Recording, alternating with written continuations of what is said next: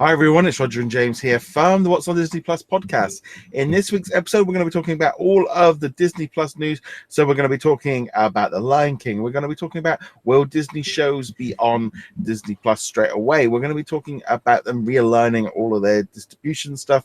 We'll be talking probably a little bit about Little Mermaid and a few other bits and pieces.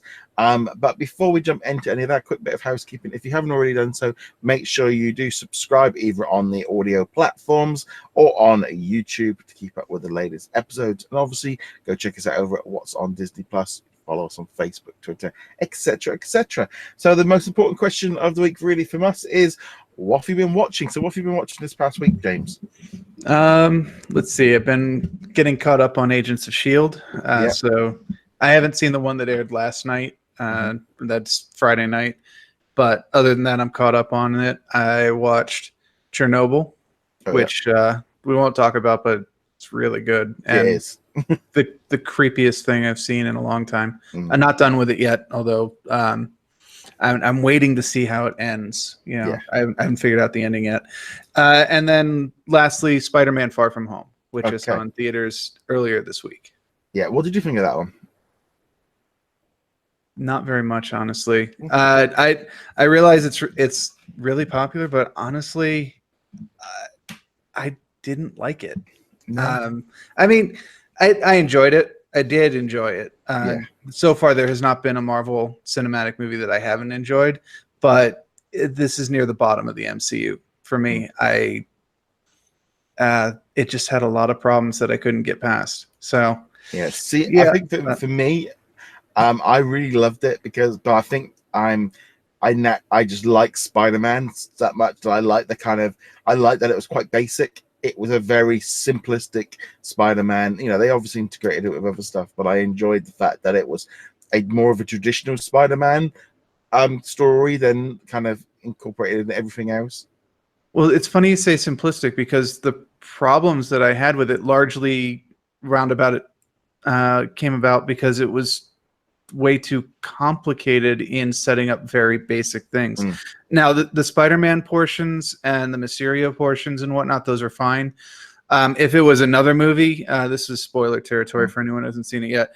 If it was another movie, I'd get on it about the whole, the villain is actually the hero or pretending to be the hero. But come on, it's Mysterio. We knew what it was going to be from the beginning. No, my problems are on the Peter side. All of the Peter isn't allowed to have fun. Peter isn't allowed to have a normal life. Stuff was just awful, straight up bad. Like the airplane scene where you have this whole convoluted series of events that result in the exact opposite of what Peter wants to happen. I'm just like, this is stupid. I was rolling my eyes at the entire sequence. This isn't what it looks like scene, which you can see like coming 5 miles down the road, just like it's not even well executed. I know it's coming like 13 minutes before it happens, and you still couldn't execute it properly. Anything with Peter, the freaking Peter tingle, that entire joke was just awful. And so, the fight scenes were good. I especially like the hallway fight at the end of the movie. When he finally accepts the spider sense. I refuse to call it the other thing again. Was great, and the visual effects were great. Mysterio was okay as a villain. Jake Gyllenhaal did a great job with the character. If it had not been Jake Gyllenhaal, I don't think I would have cared even remotely about this character. But everything with Peter that was not directly with MJ, so just him and MJ, or him and Ned. I actually really did like Ned's subplot in this, but everything with Peter that wasn't with one of those two characters, or only with one of those two characters, was awful, and I was cringing throughout the entire movie. I didn't kind of go that way. I kind of enjoyed all that kind of teenage angst stuff and him. There was no problem with teenage angst. No problem with teenage angst. It's just how complicated they made it to get to such simple gags. Those gags would have been infinitely funnier if they had actually been shorter. The other thing as well, I thought, like with the Mysterio fights, I think having played a lot of video games, all the Spider-Man video games over the years, they always have the Mysterio fights, and they're always a bit wacky, and you don't know what's real. and those scenes reminded me of the video games scenes, and I think that's probably why that's what I think of when I think of Mysterio and those big fight scenes where he's fighting him. And when in video games, that was kind of what you always had to do, and they always worked out really well because you didn't know what you were hitting, and I thought that worked out that I probably have more of a thing for Mysterio from the video games than from the comic books because of how that plays out in a video game. Oh yeah, I have no problem with the fights. The fights were visually interesting. They were in general a lot of fun.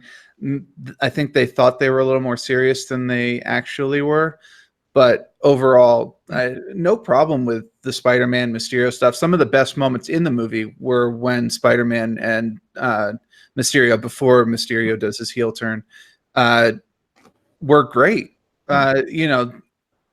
Mysterio acting as a mentor to Peter, even if it was all part of a plan, were great scenes. Absolute, no question about that. Jake Gyllenhaal did a great job with that. The fights were well done, visually interesting.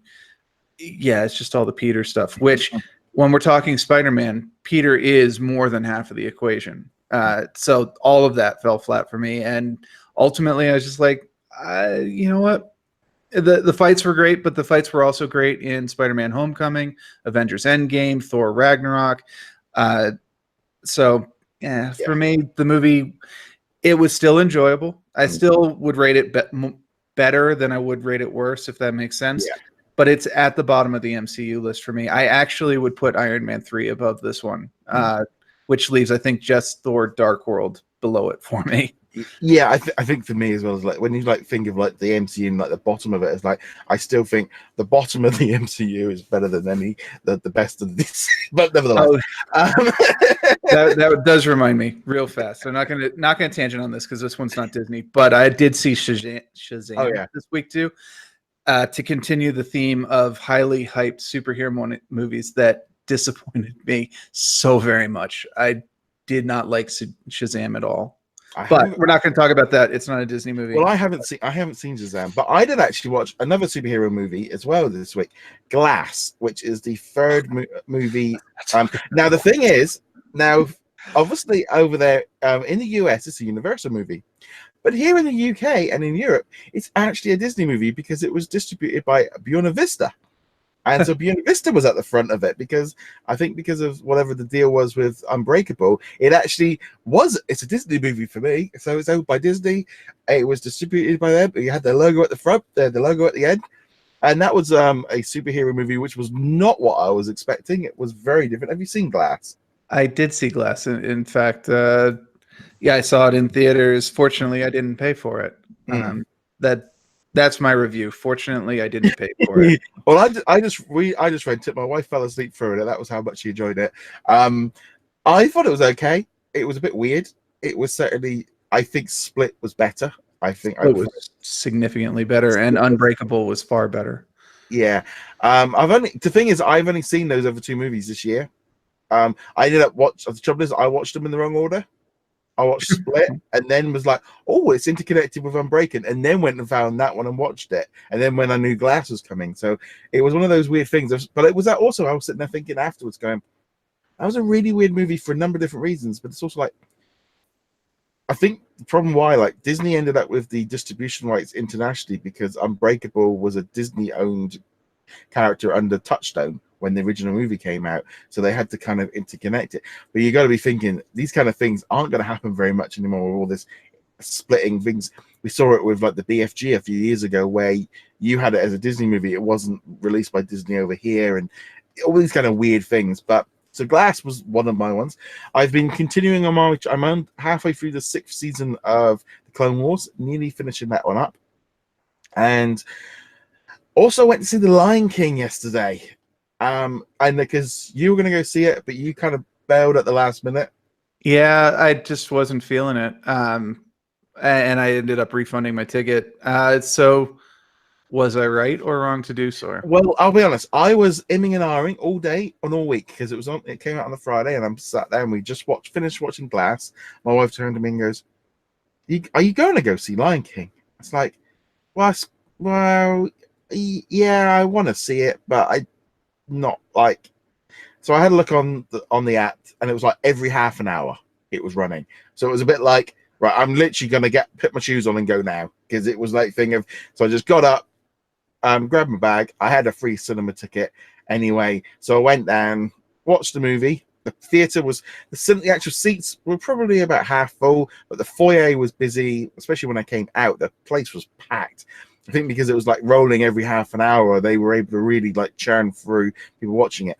I watched it, and I can't quite put my hand on it. It felt odd, and that's really, it was that kind of thing of, it had stunning visuals, it looked amazing, it has amazing music, it's a fantastic story on it. All of those things together should make a amazing movie, and if you haven't seen the original, it probably will be a fantastic movie. But for me, it was so close to the original, like shot for shot, that I kind of, it was jarring when they didn't do anything, or when they made a little change, because it was more noticeable, because it was like, well, you really just changed like 20 seconds there, or added an extra line, or. And then when the music was changed and stuff, it's like, well, you could have just, it almost felt like you could have just played the soundtrack over this from the original one, and it probably would have worked better. I don't know. It was really weird. I kind of left it, and I'm like going, I enjoyed it, but it was completely pointless. It just was pointless. It just didn't need to exist other than to make money for Disney. And I just didn't, I don't know. It was good. And this was the thing of, I enjoyed it and I was laughing, especially Timon and Pumbaa, I think, are great in this. The fight scenes, the way it works and stuff. But because it's a shot for shot remake, pretty much, you know what's coming. It's like rewatching a movie again, but it's different. It was like when I watched Dumbo earlier this year, I didn't know where that was going. You knew it was a remake, but because it was so different, it was almost like a retelling. You knew it was almost a brand new, it was a new movie.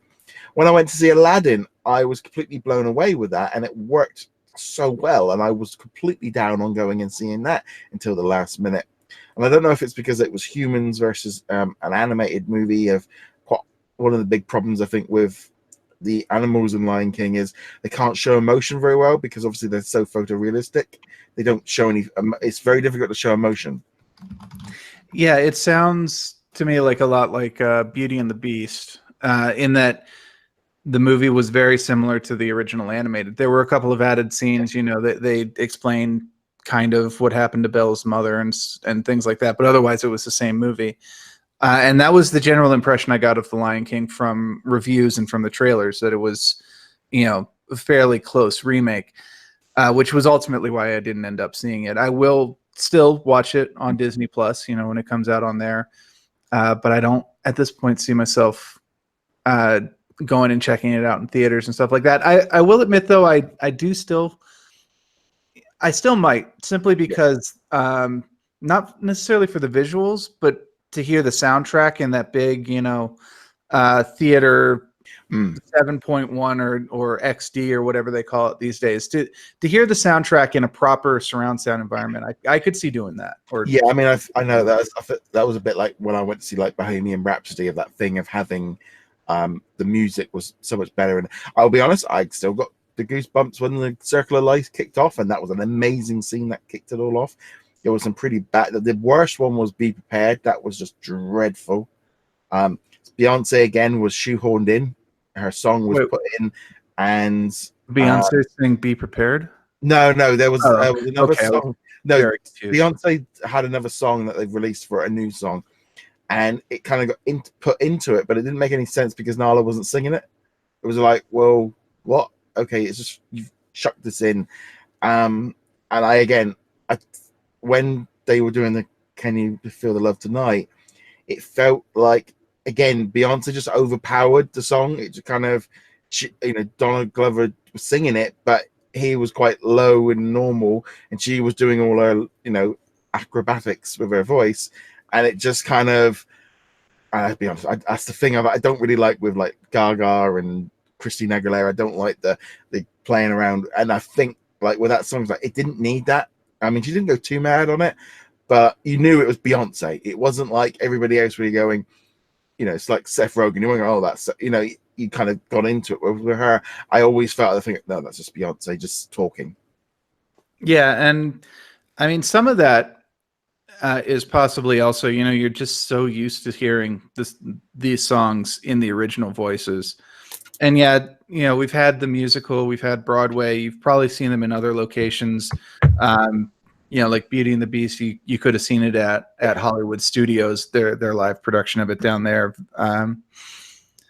But yeah, you get used to a version of Elton John. When you play Circle of Life or Can You Feel the Love Tonight, you normally go for the movie version because that's the one that and Frozen, a number of years ago, it was one of the first movies where the movie version of the song was the most popular, and I think that's going to be more of a trend.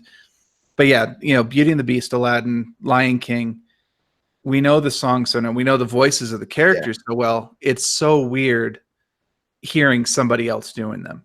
Yeah. And I think that was the other thing for Lion King. Sorry to cut you off there again. It's like the fourth time today so far. That's the thing with the Lion King where I'm kind of sitting here like, yeah, but there's so many iconic voices in the animated version. Jeremy Irons as Scar,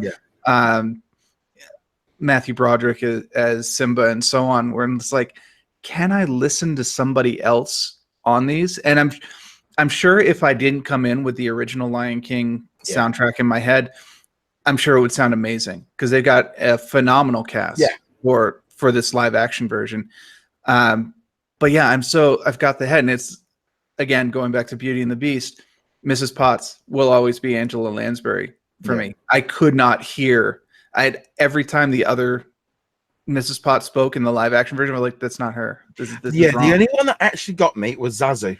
Everybody else didn't bother me. Simone and Pumbaa. Was that John Oliver? Was Zazu? Yeah, I think it's Rowan Atkinson. It's such an iconic British Rowan actor. Atkinson. He's such a great. I didn't like this. I mean, he had some funny lines, and he was a great character. And I'm not putting that. He was a really good. I think actually he was probably had a better character than in the original because they added a few more bits to it. But that was the one voice that, like, Simba didn't bother me. Didn't even do it. But that was the one that was a bit more jarring. I thought Timon and Pumbaa seemed to work really well, and there was a few scenes with them, and I don't. It's like that really kind of weird thing. Like, it is a really good movie. It works. It's stunning. If this thing doesn't win Best Oscar for visual effects, then I don't know what deserves it, because this movie literally looks like you're watching National Geographic. And it's, they're sometimes going, well, is that real background? Is it, did they? It's like, no, it's all computer generated.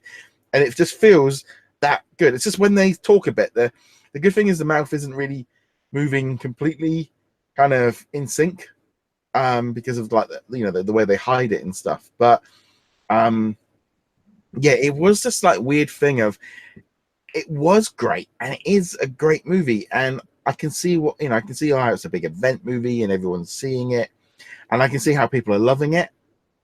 But there's also that kind of thing of like going, it's not quite, and there's that thing of you keep going, it's not as good as the original. It's not as good. Now I've seen the Broadway, I've seen the stage production a couple of times in different places. I've seen it at Disney World as well, and so I'm used to seeing it sung by different people. And the music, the music was slightly different, but that, the songs were still there, but they played around with a few of them to make it look. I mean, something like I Just Can't Wait to Be King.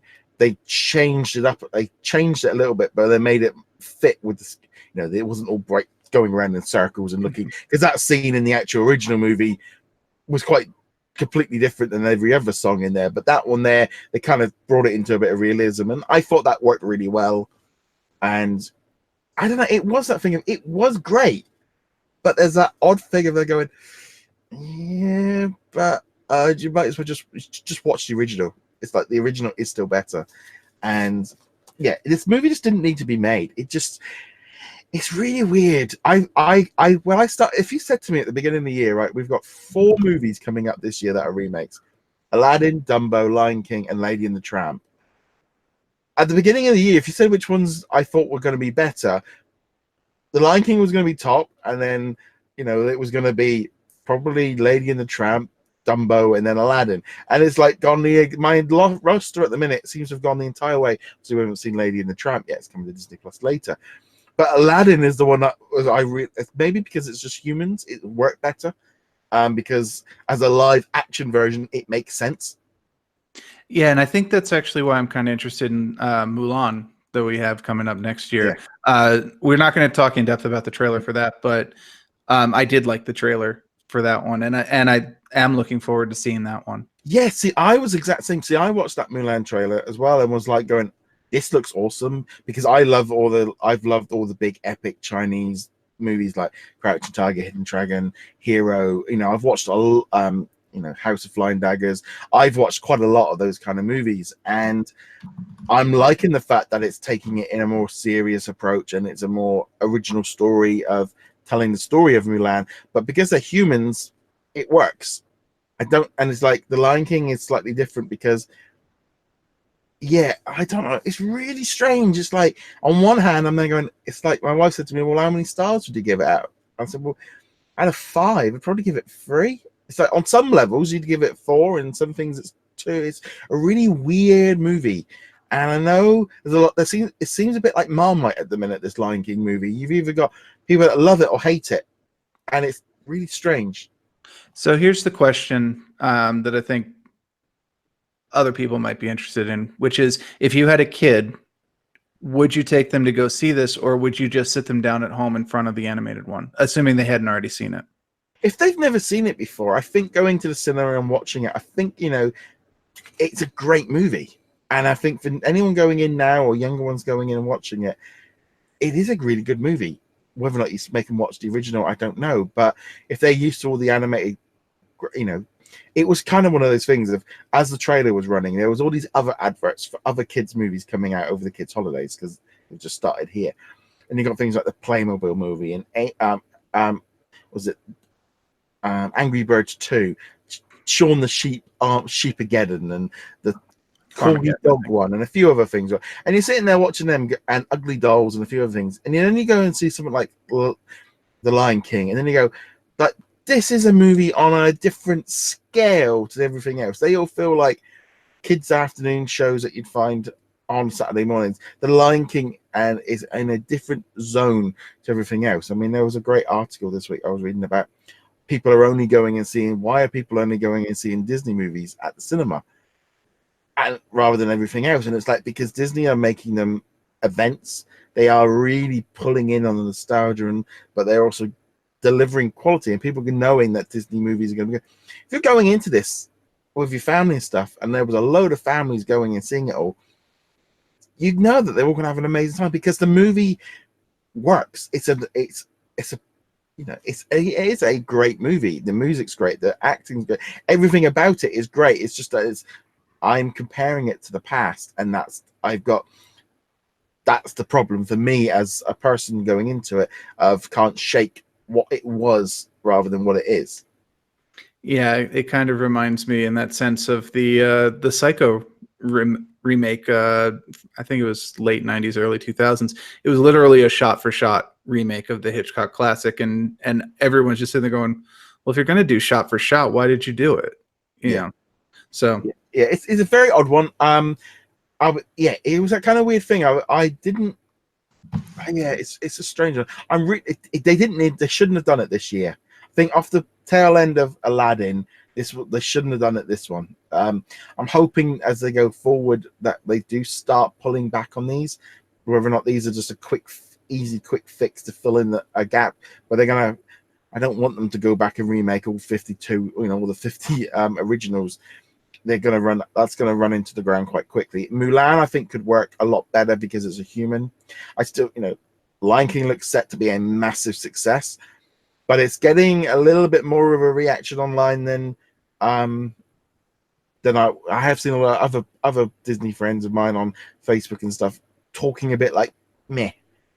And that's kind of like, oh, we didn't get this with Dumbo, we didn't get this with Aladdin. Aladdin was the opposite. Everyone was like, oh no, this is really good.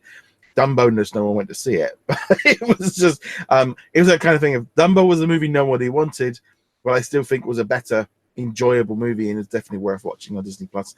This one here, I don't know. It's about, if you've seen The Lion King, let me know in the comments below. Did you love it, or did you feel like the same way I did?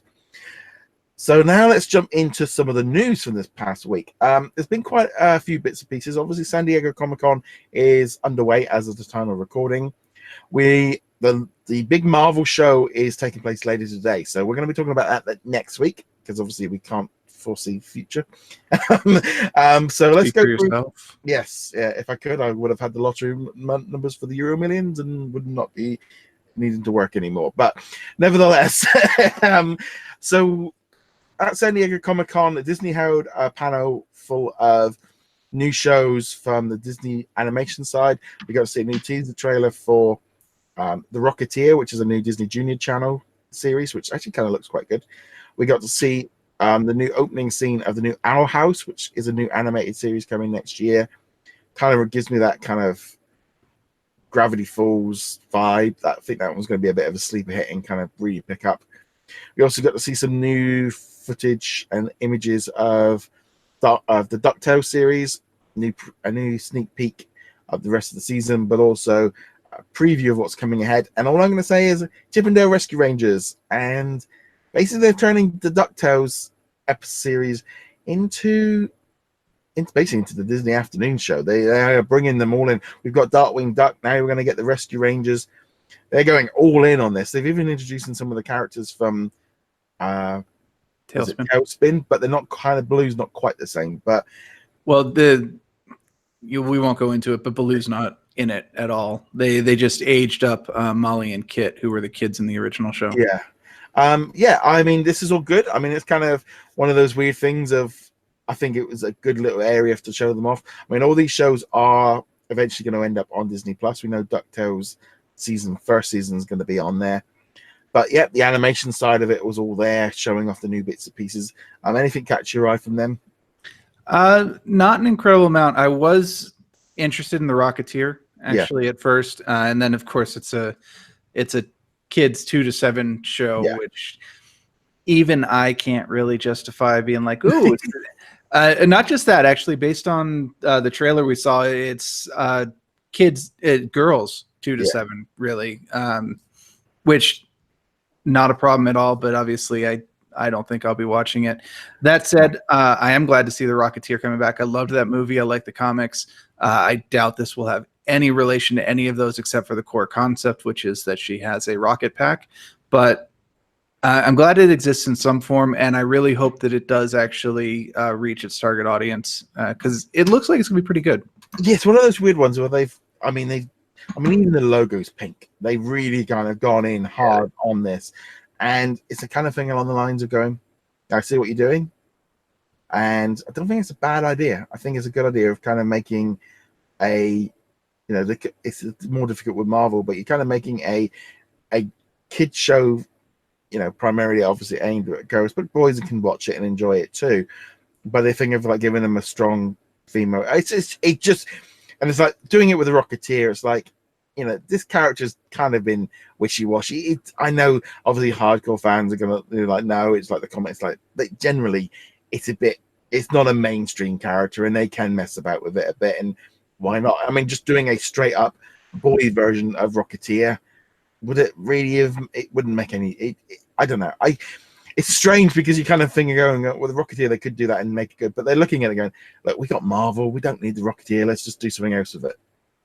And I'm okay with that. I mean, like I said, I would love to have either a teenage or young adult focused Rocketeer. I would watch the heck out of that. But if they can use it to get young kids, especially girls, interested in aviation in any form, that's a win as far as I'm concerned. Yeah, it's that kind of thing. It's a kids show aimed at young kids. It's exactly what it is. I thought the actual animation style was a lot higher quality than I was expecting. That's definitely true. Yeah, it looks good. I mean, I can't really kind of go over that, but generally that was pretty good. There wasn't really anything else really from San Diego Comic-Con as of yet. That's really cool. I think Disney really were holding back for this Marvel stuff, but obviously we'll talk about that later. But there will also be a recap video and obviously details on the website. straight after, or the few hours afterwards, because it's taking place at like 3 o'clock in the morning my time. So I'll deal with it at 6 o'clock tomorrow morning. I will say it's not a Disney trailer. I have watched the Top Gun Maverick trailer like 10 times. I have decided I don't care how bad the movie is going to be, and it's probably going to be pretty bad. I'm going to watch it probably like 4 times just because it looks like it's so much fun. But it's not a Disney, so we're going to move on from there. It's funny because I woke up in the morning, watched the Cats and the Top Gear trailer on my phone, without my glasses, squinting, going, okay. Then I got up a little bit later on. I put it up on YouTube and watched it properly in HD and all the rest of it. And I thought, well, actually, my wife's going to like these. So I showed them to my wife, and she goes, what are you doing? I was like, oh, just watch these. And she loved Cats. She absolutely loved that. She can't wait for that one. Literally, we then turned on breakfast television, and the entertainment presenter came on and presented the 2 trailers and all that. And I literally said to him over there, I've done the entire present. We were laughing about the fact that I've already done his job this morning of talking her through and introducing and playing her the thing. Then sat in the cinema for the Lion King, and the Cats trailer comes on. And I'm going, I've seen this trailer 5 times today. It's like, I go, woo. Okay, and I've seen it out on the stage. I'm probably a little bit less inclined to be worried about it, but it was that kind of thing. Top Gun. I can't stand Tom Cruise. Sorry. That's perfect. You don't have to apologize to me. I just don't. He just plays one character, and that's himself, and that's but nevertheless himself. I'm really glad that he doesn't have a deal with Disney for anything, because he's not been in anything. But nevertheless, he plays himself minus all the Scientology craziness. Yeah, which makes it tolerable for me. But yeah, yes, I'm right. So moving away from there, actually kind of ties into something that we've been just talking about there, but about current seasons of the Disney show, because according to an article over on CNBC, they said that Disney is trying to store some of the value of the Disney Channel by prohibiting current seasons of all the Disney Channel shows from being available on Disney Plus, according to a person familiar with the matter. Because at the minute, they are in negotiation deals with the cable television companies like Charter. And this kind of came out there, and I was reading this going, oh, I don't like this. This is this feels like the most anti-streaming system possible, of Disney kind of going, well, I still like the system that we've got, and I don't really want to change it. Whereas Hulu and stuff offers things the next day. Disney now offers shows even before they even air on the Disney Channel. They put them up on there. And it's like, well, you're not even going to put current. So maybe, for example, like something like Amphibia, which started like 3 weeks ago. They have been dropping it daily on the Disney Channel. So now it's finished. I suppose it could come up on Disney Plus. So it would be about a month later, which is not bad. But I feel like it's so anti what streaming is, of trying to be first and trying to keep, there's a whole group of people that aren't getting cable. I can see why they're trying to protect it, but at the same time, it feels, maybe a 1-day delay or a 7-day delay or something like that, but it feels very anti what streaming is all about. Yeah, I kind of see it from both point of views on that one. I would obviously love if a show came out and a couple days later the episode was on Disney Plus, but yeah, even with all the streaming, even with all the cord cutting, the Disney Channel is still a major part of their enterprise, and they can't undercut it. This is the same as movies can't go on to a streaming service the day the DVD comes out. Normally it's a month later or even farther after that. Comic books, you don't see the newest issues of Marvel or DC Comics on their services. They're normally 6 or more months behind. It's the same idea. And this is the problem. They're competing with themselves. The Disney Channel is now a direct competitor to Disney Plus, or the other way around, if you prefer. They can't undercut their own channel yet. But I agree. I would love if they would make them available immediately or even within a week, but they can't do it in the current environment, unfortunately. Yeah, it's a bit of a kind of, I think there's a thing of like, how much of a delay is there? Hulu, like I said, is the next day, which that's perfect. That would make sense to me. But also this summer, Disney Channel have been changing their strategy. They've been dumping their shows in the summer. They've been dumping new episodes of all their seasons one after another, rather than doing the traditional every week. They've been dumping them, and there's been like a lot of talk about online that I've been reading of like people going, they're doing this, they're killing the shows, this is awful, they shouldn't be doing this. Disney then put out a press release basically saying Amphibia has been one of their most watched shows because of the way kids are watching, and also with it obviously being on the Disney Now app, which is integrated with their subscription. But kids are watching differently, and I would almost feel like actually that could be a way that they not only do they speed it up for kids watching nowadays, but it also speeds it up for Disney Plus, because if they get through an entire, say, 13 episode within the space of 3 weeks, or even 24 episodes within 3 to 4 weeks, and then put it on Disney Plus, it's not a huge delay, but technically the season has aired first all on the streaming network. And if they've had success this year with the summer of dumping shows onto the network, and then they can then push that out, it might be the best of both worlds. Yeah, I mean, there's a lot of different ways they can approach it. If that worked for that show, obviously I haven't seen that show, so I don't know much about it. But if it worked for that, then it can work for others. And there's probably other approaches they can. I bet within the first 2 years of Disney Plus, we will see many different approaches taken to this, and they'll try to figure out which one works best. Why I am probably more worried about it than maybe you might be is because I have been using Disney Life for the past few years, where we get them a year after they've aired on the Disney Channel. Sometimes it's a little bit longer, at which point it is, I mean, we've just had like the new Spider-Man series, Big Hero 6, DuckTales season 1. Now we're only just starting to get Little City Greens, of which point that is way too long for an animated series that's aimed at kids and subscribe. A year is way too long. It's like, obviously things like with National Geographic, how is it going to work with that? They say they put all their shows out on their channels, they put it out online, and it's like, well, there needs to be, and I'm really hoping we start getting some information. We have got a business conference call taking place in a few weeks.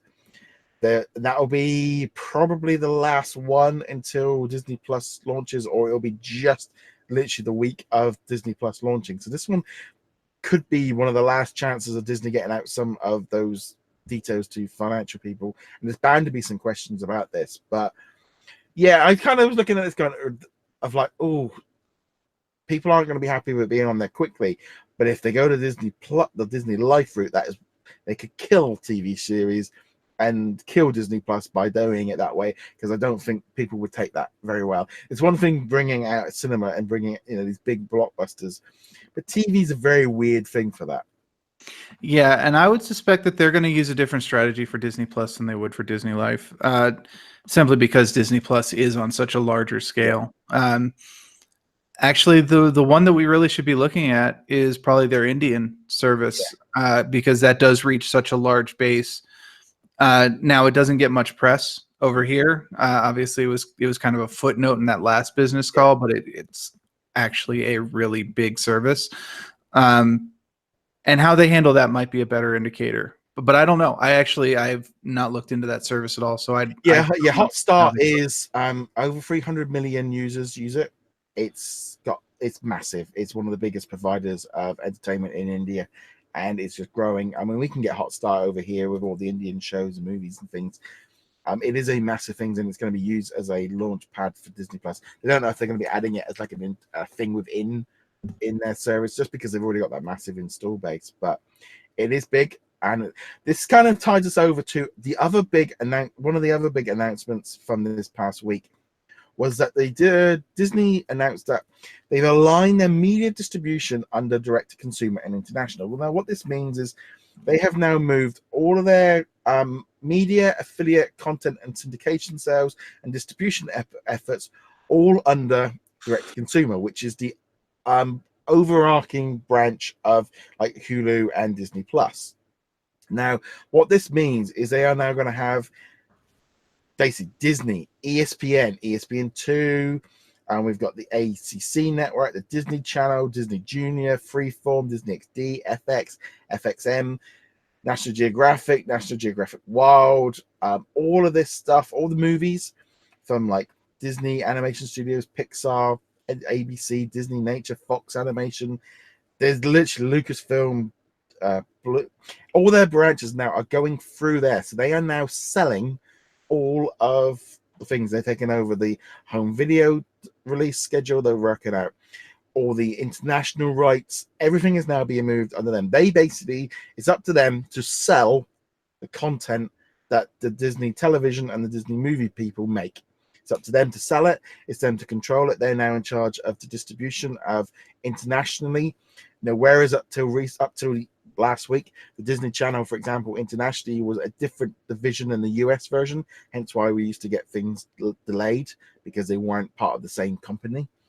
They're all now under one big umbrella. They are pushing everything into it. And the big thing that they put on there was that they now responsible for all of the video on demand systems, including Disney Plus, Disney Movies Anywhere, ESPN Plus, and it really kind of pushing everything all under the one banner. And while it sounds like a very boring press release, and if you aren't aware of it, it's like, yeah, and especially maybe for Americans, it's like, yeah, it's like for the rest of the world, this is all about moving everything, because we're seeing this now with movies. It's like, say, like The Lion King that just came out. The world got it all. I think China got it maybe a week first, but this thing of moving to global rollouts rather than the traditional way of spreading it all out, because China doesn't know what Australia is doing and so on like that. But this is a big move to streamline the whole company into one system. Yeah, and it's a topic that we've talked about many times in the past, not just on here, but on Diz Kingdom before we were doing the What's on Disney Plus.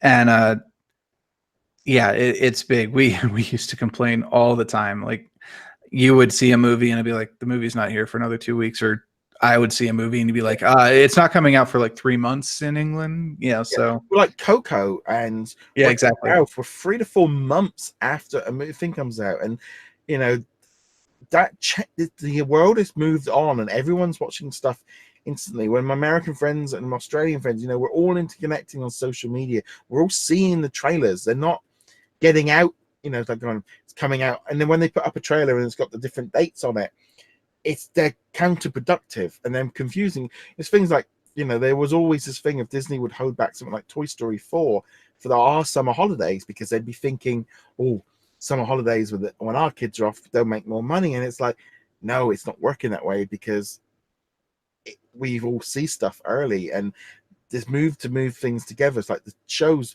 it's like things like Grey's Anatomy and things like that. We are weeks behind. They've been getting better and better of trying to get day in day or the same day afterwards.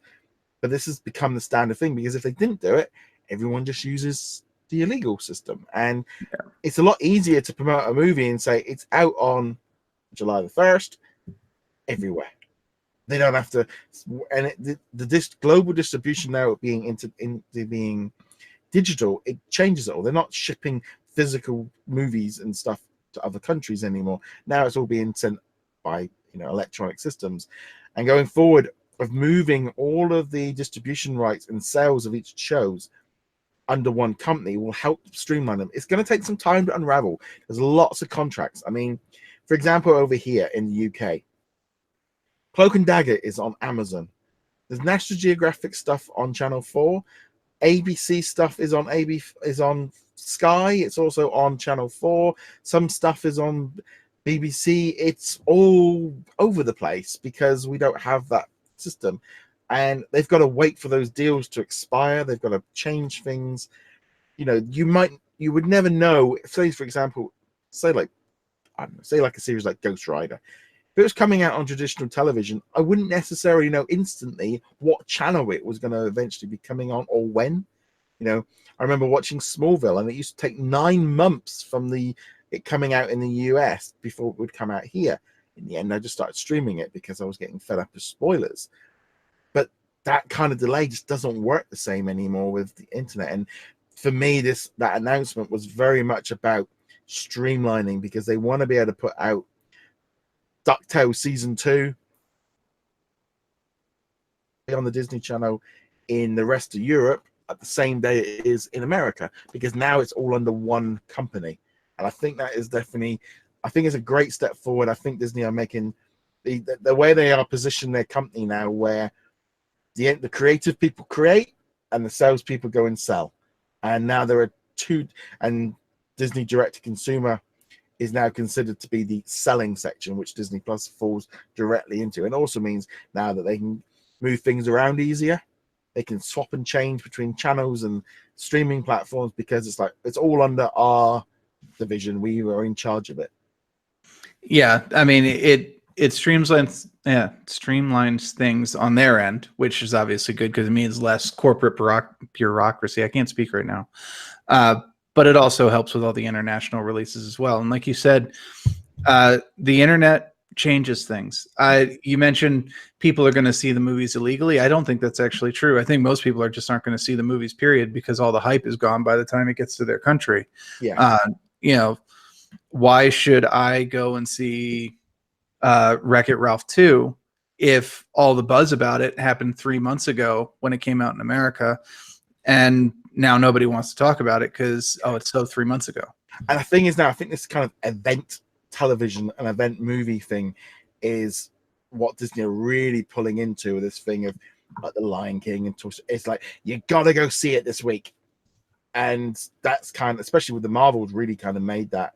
And this is just really going to speed things up.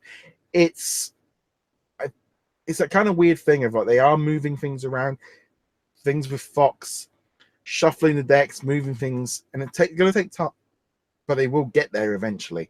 It's just moving things. But I think going forward, this is a strong position.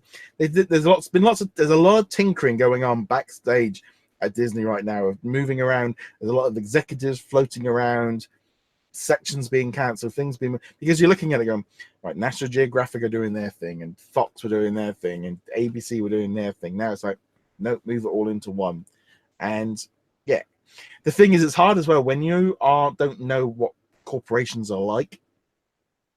They all have different budgets and they all have different things, and you would think like, well, take this item and give it to this item over here. It doesn't cost any money. It's all internal.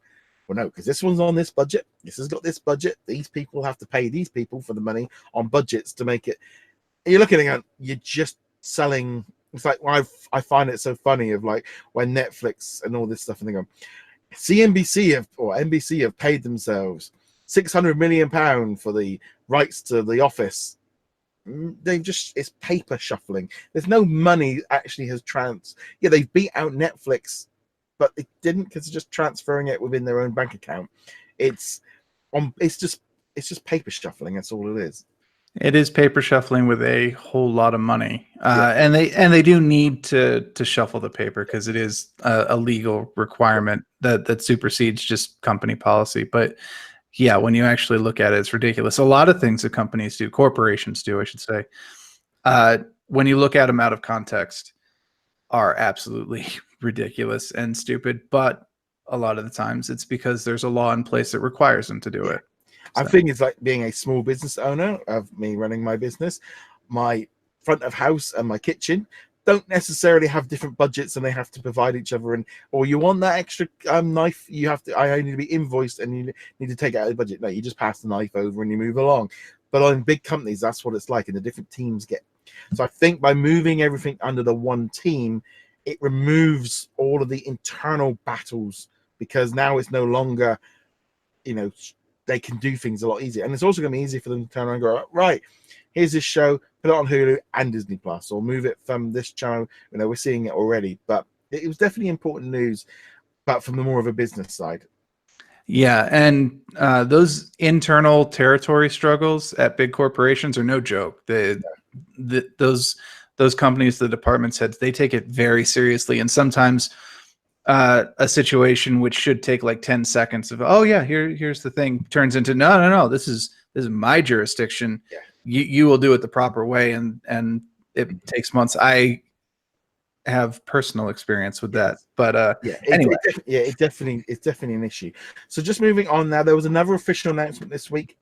Disney announced Marvel Storyboards, a brand new series coming to Disney Plus, which follows, I can never quite say his name, Joe Quazella. Is that how you pronounce it?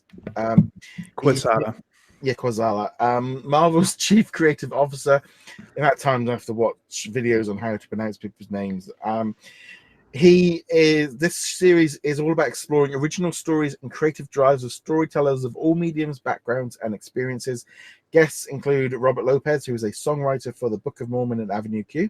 Avenue Q is quite a cool little show. We got It's not a very Disney show though. No, but it features puppets. Hugh Jackman, who played Wolverine. You got Johnny Weir, who was an Olympic figure skater. You've also got High Attitude Mountaineer. You've also got the teen editor of Teen Vogue, and consists of 12 episodes between 10 to 15 minutes each, where each episode will dive into each visionary's relationship with Marvel, as well as their personal account of how they overcame a personal or professional hurdle. This is a really weird series. It feels a little bit like we need some Marvel content. Let's come up with the cheapest way we possibly can to do some interviews with random people about how they feel about Marvel and how it's inspired them. And I'll be honest, I'm expecting some real sugary coated American drivel. I'll be honest. This series just is like, it's going to be really just a one big fluff piece of just... as an English person, some of the American stuff doesn't work on us. We see right through it of just going, this is an advert. It just feels fake. And this series, I haven't seen it yet, but just reading the description, I'm going, oh man, this is going to be some really bad waffle. I'm like, this inspired me to climb the mountain. It's like, no, it didn't. Sorry. To be fair, most Americans don't fall for it anyway. They normally just watch it for the Jerry Springer kind of deal. Yeah. Although that's a bad comparison because this is more just like, inspiring story, cool, fun, and then move on with your life. But you're right. It's total. It sounds like it's totally fluff. It's space filler. There's nothing wrong with that. I think if we get the chance to learn some cool things, even if they're very small, then cool. But yeah, I very much doubt that anyone's going to watch this and go, oh, I should become a comic book artist and maybe I'll become the editor-in-chief at Marvel, or I should go climb a mountain. It's like, no, this is just kind of, here's a quick glimpse into the life of X person, and then you move on with your life, and you might remember like tiny bits and pieces from it, but otherwise it's just gonna kind of float away. I think what really caught my attention was the fact that not even like going into people that are working at Marvel and the creative side, other than Joe. Just like random people. Yeah, I'm just like, okay, so some mountaineer I've never heard of. That's what makes it properly fluff. It's a Marvel series. It's absolutely not about Marvel. It's about the impact that Marvel has on people. And it's like, really? Yeah. Okay. Yeah, I know my feeling of growing up as a boy of like now every time I see a wall I try and climb it and fall off. It's you too.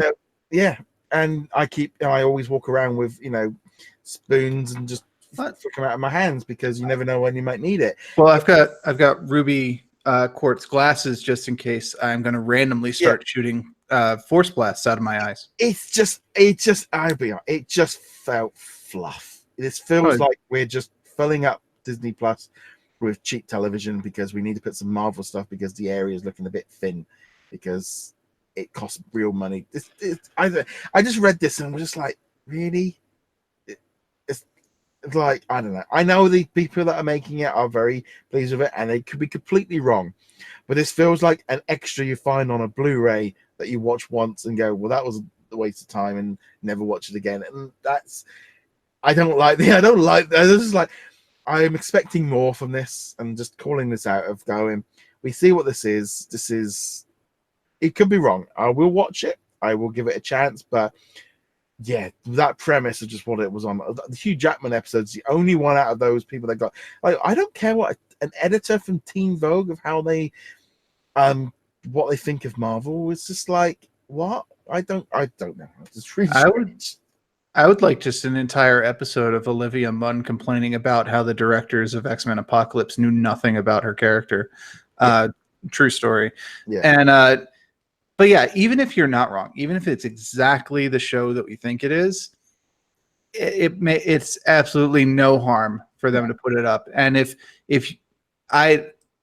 you watch it once, and then you are done with it completely, it's still done its job. Yeah, it's still, it's been on there. It's done its 30 minutes of content. You learned one or two cool facts that will probably just kind of get absorbed into all the other little facts that you know. But yeah, not everything on Disney Plus or any of these services needs to be The Mandalorian or the Lady and the Tramp remake. They need these little fluff pieces too.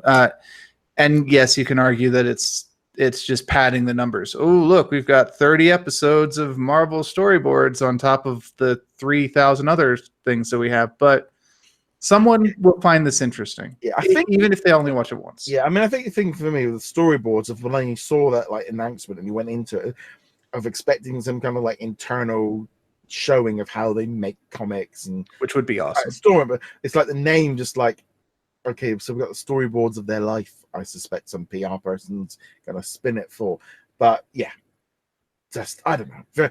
It's this thing of going, yeah, you didn't hold this back for San Diego Comic-Con. You just slid this out before it to kind of wet the whistle, and then kind of just don't overthink it. It's not worth getting upset about, that's for sure. Yeah. But so moving on, so this kind of ties in, I think, a little bit to this one of why we seem to have the weekly Disney Plus show announcement. They're definitely much in that sort of let's spin it out and drag out all these little announcements to kind of thing. It's awareness, because they're trying to get the word out about Disney Plus. Right. They kind of did it to us. We've kind of obviously aware of it. If you're listening to this TV show or this show and podcast, you're aware of it. But apparently, according to this latest report, 65% of Brits are unaware of Disney Plus. But those people that are aware, 51% or 50% of the people they asked, which are about 3,000 people, said they were willing to spend up to £10 a month on a Disney streaming service. And about 71% of Disney fans in the UK currently already have a streaming service such as Netflix, which is about 71%, and Amazon, which sits at about 37%. And about 25% of those said they would keep those current services and get Disney Plus on the top. It was also quite interesting where Pixar came up the top. People were more excited about Pixar content. Then they're followed closely by Marvel than anything else, which I thought was kind of interesting, the fact that people pulled Pixar up above Disney. I did find this kind of a little bit interesting because we have a streaming service in the UK. We've had one for years that Disney just kind of dropped once they came up with the idea of Disney Plus. And it was like, yeah, you're not advertising it. There's no advertising on television. They are, at least if you put in Disney Plus now on Google, it does go at the very top because they've paid for the advert. And they are doing this drip feed of news to try and get it out there. But I think, like now, well, if you've got 35% of the people that are aware, that's not bad, really, considering their advertising budget for this thing at the minute is just social media. That's all they are doing it through. You use social media and people like us spreading the word on our own, which these days is actually a pretty effective way of advertising. But yeah, and again, polling, informal polling, or even official polling, you always have to take with a grain of salt, because you don't really know, the area they pulled from. You don't really know the sample of people that they use. They could be pulling from like the middle of rural nowhere that doesn't have an internet access, or they could be in the middle of London. I don't know. Yeah, it's like now, if I literally went out today and asked all my customers, all the people on the seafront, about Disney Plus, this would give a very different answer than if I went into 10 miles into the city, into the university area. They'd be much more aware of it. If I then went into the London, like you say, it would be different. And I think that's the key thing. Depends on your age. Older people might not be aware of it. Younger people might not be aware of it. But we've all been talking at my games club about Star Wars Mandalorian, and they're all aware of all these different Star Trek being on CBS. They're aware of it because they're on the internet and they're doing it. But move that away, people aren't aware of it. If I say to some of my staff, I've just seen The Lion King, they don't even know the new one is out. There's different people at different things. So I don't think it's bad. I think the trouble is going forward is this overarching story of the streaming wars that is kind of building up, and the people going, all these streaming services launching, because they're only seeing this story coming out, and traditional media are putting these stories out, on television and stuff, because they're trying to cut it off. They're trying to sell people on not dropping traditional television. I was talking with my staff the other day, of which five of them are under the age of 18. None of them watch live television, and they all say about streaming services, and to them Netflix is and I said to them, well, all those stuff that you're watching is all going to be gone from there. They're like, but we can't afford all the streaming services. I said, but it was never meant to be like this. You weren't supposed to have Netflix and everyone selling their one show. It was unsustainable. I said, they announced this week like BritBox is coming, and everyone in the UK is going, but we pay our TV license for BBC. We should have it included in that, not being so to, different areas have different things of what people are willing to pay for, and people are really going to see that big difference in all these streaming services in 2-3 years time. And at the minute they're just using the fear factor of everything's being pulled from Netflix, and that's why Netflix stock dropped 10% when they announced that they've lost subscribers and they've only got half the amount of subscribers they originally wanted, was because the bubble is coming to the end. Yeah, and they're kind of victims of their own success in that regard. It was either going to be Netflix's this little niche product that only a couple people use for streaming and everyone else uses for DVD rentals, or they were going to become super popular, which is what happened. And of course, everyone wants a piece of the pie. And Disney, CBS, NBC, all of them, they want their own little piece, because for them, yes, it's awesome to have the show on Netflix and, access to The Office and Friends and all that stuff. But we could make more money if we make our own service and we don't have to give some of the money to Netflix. That's their thinking, obviously. The other thing as well is, it also was, the problem was with this was Netflix was gaining too much power and too much, this thing of like going, like everyone goes on about the Disney monopoly and stuff, and like they own too much and all that. Like, well, hold on a minute. If Netflix started becoming the only place to watch content, then you are being controlled by what they want, what their budgets are, what they're willing to pay. They can start dictating to Disney and Paramount and Universal what they want to pay, and start influencing what gets made, because again, those shows don't get watched. We don't want them. Netflix would have been getting, if they carried on growing as the only streaming service, that was, you can look at it from any of those big companies going, we've just replaced cable companies with Netflix, and we've got no control over what we're putting out there. And it was like, there was obviously going to be the thing between Amazon and Netflix and so on, but Netflix was getting probably too much control within the media world. Yeah, and normally that kind of thing doesn't actually happen, because the media companies catch it long before.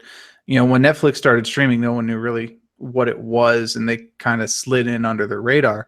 If they tried the same thing now, if we were in a non-streaming world right now, but Netflix tried to do it, it wouldn't work.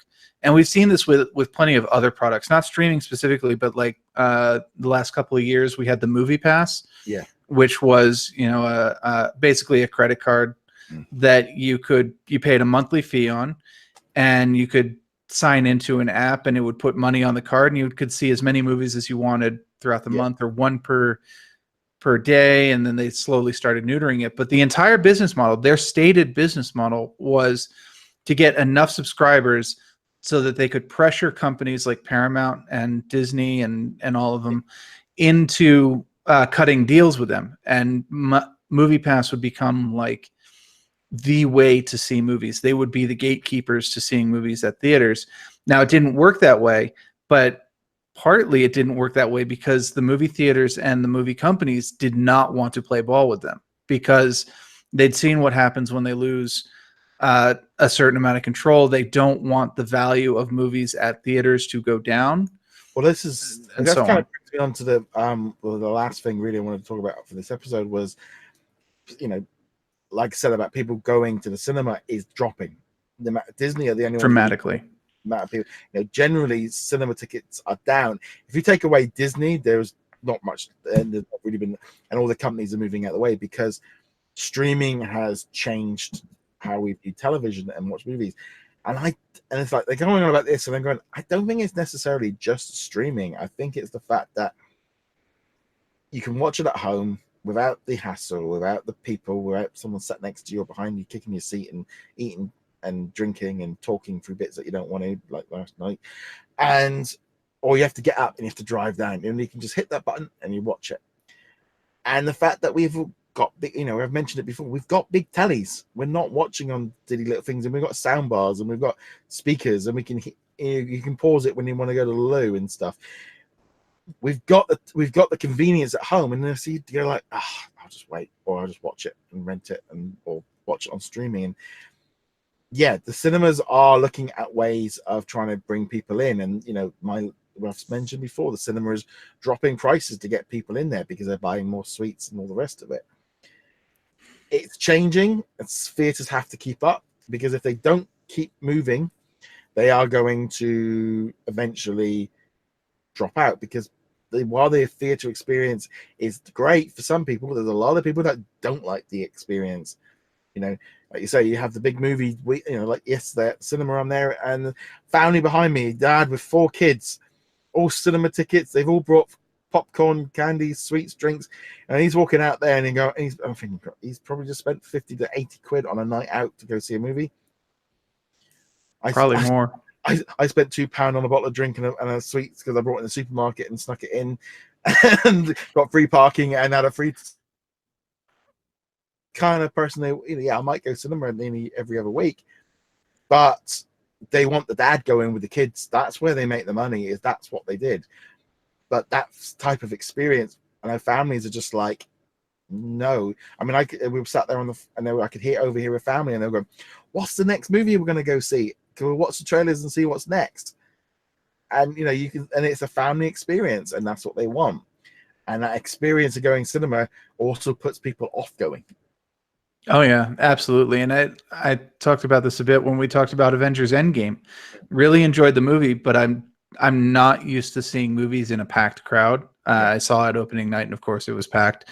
Normally, I'll try to see movies like on off days because I don't like that crowd experience. And I will be honest, if I had 4 kids behind me, no matter how polite, no matter how good they are, I probably would not have enjoyed the experience at all, because they make noise even when they're at their best. And just opening candy, and they tend to be less aware of like people around them and such. So I'm just like, yeah, this isn't ideal. But Joe, stay home and watch Disney Plus.